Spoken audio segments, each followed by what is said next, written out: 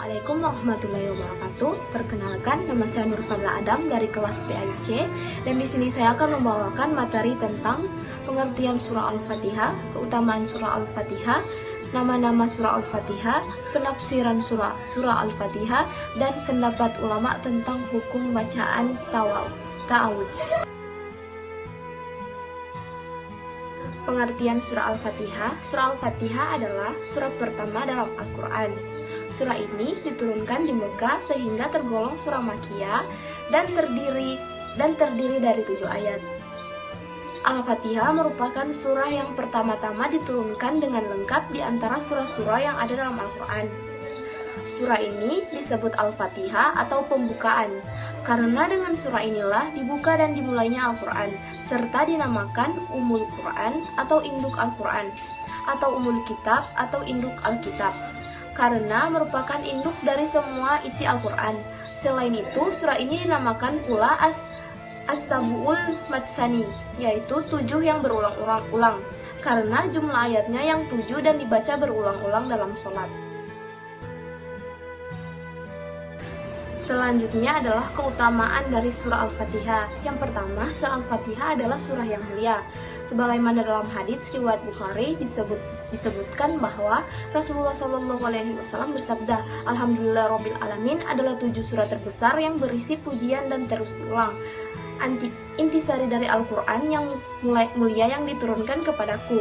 Dan dijelaskan pula dalam hadis riwayat An-Nasai bahwa Rasulullah SAW bersabda, maukah engkau aku beritahu tentang ayat Al-Quran yang paling mulia?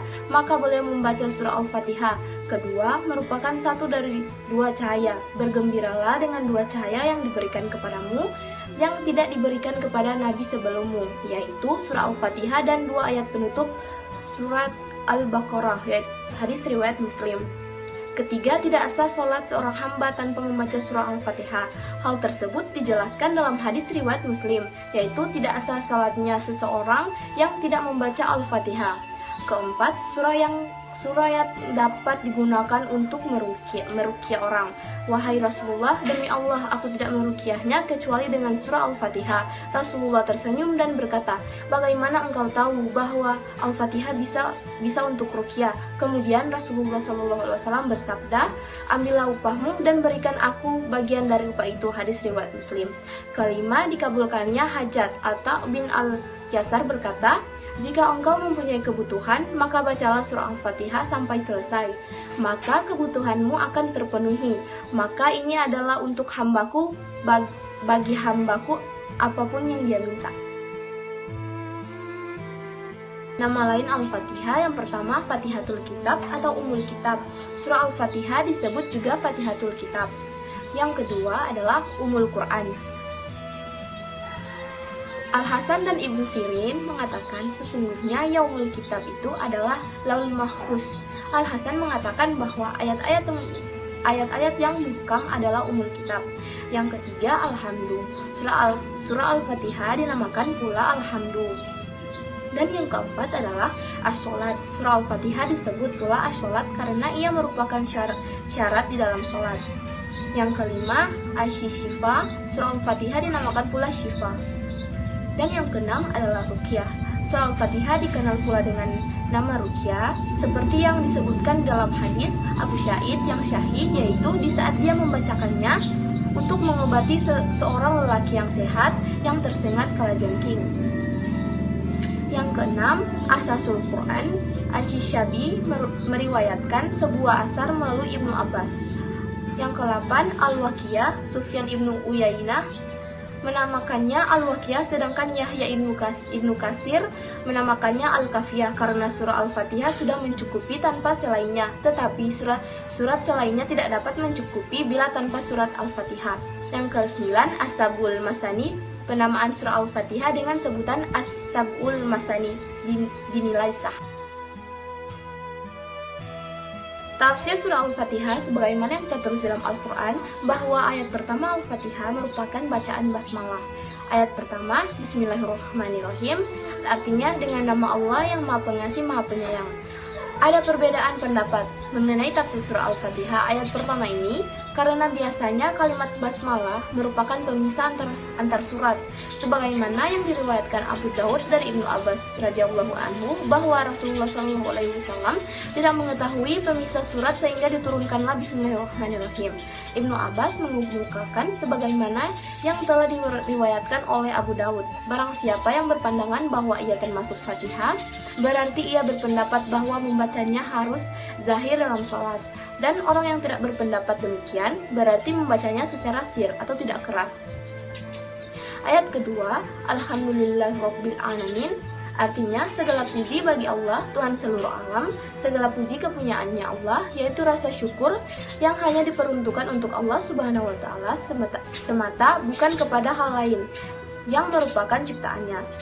Sebab Allah telah menganugerahkan nikmat kepada hambanya. Oleh karena itu, bagi Rabb kitalah segala puji, baik pada masa awal maupun akhir. Huruf alif dan lam pada kalimat Alhamdulillah ditunjukkan untuk mencakup segala jenis pujian yang merupakan hak Allah Subhanahu wa taala, sebagaimana kata Rabb yang hanya boleh ditunjukkan pada Allah, bukan yang lainnya. Ayat ketiga, Ar-Rahmanir-Rahim, artinya yang Maha Pengasih, Maha Penyayang. Ar-Rahman Rahim menunjukkan makna sangat. Berarti Allah menegaskan bahwa Allah merupakan pemberi rahmat di dunia dan akhirat. Allah menggunakan frase Maha Penyayang khusus bagi kaum mukmin dan tidak boleh ada hambanya yang menggunakan nama tersebut. Ayat keempat, Malik Yaumiddin, artinya pemilik hari pembalasan. Dia Allah adalah pemilik hari dunia dan akhirat. Kata dia kepada hari akhirat disebabkan di sana tidak ada siapapun selain Allah Subhanahu wa taala yang mengklaim akhirat sebagai miliknya dan tiada seorang pun yang dapat berbicara melainkan atas izinnya. Dan ayat kelima, Iyyaka na'budu wa iyyaka nasta'in, artinya hanya kepada Engkaulah kami menyembah dan hanya kepada Engkaulah kami mohon pertolongan. Kata iyaka merupakan objek yang didahulukan untuk tujuan pembatasan supaya tujuan pembicara fokus pada apa yang akan diutarakan. Kalimat hanya kepada Engkaulah kami beribadah, kalimat ini menunjukkan penyucian diri dari kemusyrikan. Kalimat hanya kepada Engkaulah kami memohon pertolongan merupakan penyucian diri apa yang telah diusahakan dengan menyerahkan segala hanya kepada Allah yang Maha Mulia lagi Maha Agung. Dan ayat ke-6, Ihdinas syiratal mustaqim, artinya tunjukilah kami jalan yang lurus. Ayat ini mengandung dalil yang menganjurkan bertawasul dengan sifat-sifat yang tinggi dan amal soleh. Setelah seorang hamba mengagungkan sifat Allah dan beramal soleh untuk Allah, kemudian ia memohon akan kebutuhannya. Ayat ke-7, Syiratal ladzina an'amta 'alaihim ghairil maghdubi 'alaihim waladdallin. Amin. Artinya yaitu jalan orang-orang yang telah Engkau beri nikmat kepadanya, bukan jalan mereka yang dimurkai dan bukan pula jalan mereka yang sesat. Pada kalimat jalannya orang-orang yang telah Engkau anugerahkan nikmat kepada mereka menafsirkan jalan yang lurus, jalan yang telah diberi nikmat, yaitu jalan orang-orang yang telah menaati Allah dan Rasul-Nya. Penggalan bukan jalan mereka yang dimurkai dan bukan pula jalan mereka yang sesat. Hal ini merupakan orang-orang yang mengingkari perintah Allah dan ajaran para rasulnya. Mereka yang tidak memiliki pengetahuan dan mengikuti kesesatan. Mereka itu adalah orang-orang yang tidak mendapatkan petunjuk Allah Subhanahu wa taala. Hukum membaca ta'awudz dalam sholat menurut 4 mazhab. Yang pertama, menurut mazhab Hanafi, membaca ta'awudz adalah sunnah pada rakaat pertama setelah membaca takbiratul ihram dan doa iftitah. Redaksi yang populer digunakan dalam mazhab ini adalah A'udzubillahi minasyaitonirrajim. Dalam hal ini, mazhab Hanafi hanya menganjurkan membaca ta'awudz pada rakaat pertama baik bagi imam, orang yang sholat sendirian maupun bagi makmum kecuali makmum masbuk. Bagi makmum masbuk boleh tidak membaca ta'awudz jika baru mengikuti imam yang telah membaca ta'awudz. Pada kasus makmum masbuk sholat di atas, ia tidak perlu membaca ta'awudz karena bacaan isti'adzahnya mengikuti bacaan imam menurut pendapat yang unggul. Kedua, menurut mazhab Syafi'i, membaca ta'awudz adalah sunnah pada setiap rakaat. Redaksi yang paling unggul menurut mazhab ini adalah A'udzubillahi minasyaitonirrajim.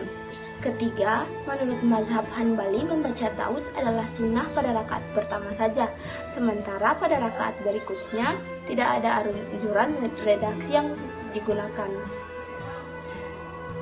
yaitu A'udzubillahil azim bis-sami'il alim minasyaitonir rajim. Dan yang keempat, dalam mazhab Maliki membaca ta'awudz adalah makruh pada sholat wajib, baik sholat syiriah maupun jahriyah. Sementara pada sholat syiriah diperbolehkan membaca ta'awudz dan makruh pada sholat sunnah. Jahriyah menurut pendapat yang unggul. Selain itu, menurut Imam An-Naqashi dari Imam Atta, membaca ta'awudz adalah wajib.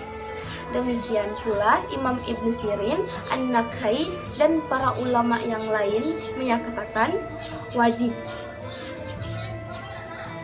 Mereka membaca ta'awudz setiap rakaat sholat. Hal ini didasarkan pada perintah Allah dalam Al-Quran yang bersifat umum. Dengan demikian, uraian di atas dapat dipetakan ke dalam 3 pendapat, yaitu hukum membaca ta'awudz sunnah pada rakaat pertama, tapi pada rakaat berikutnya berselisih pendapat.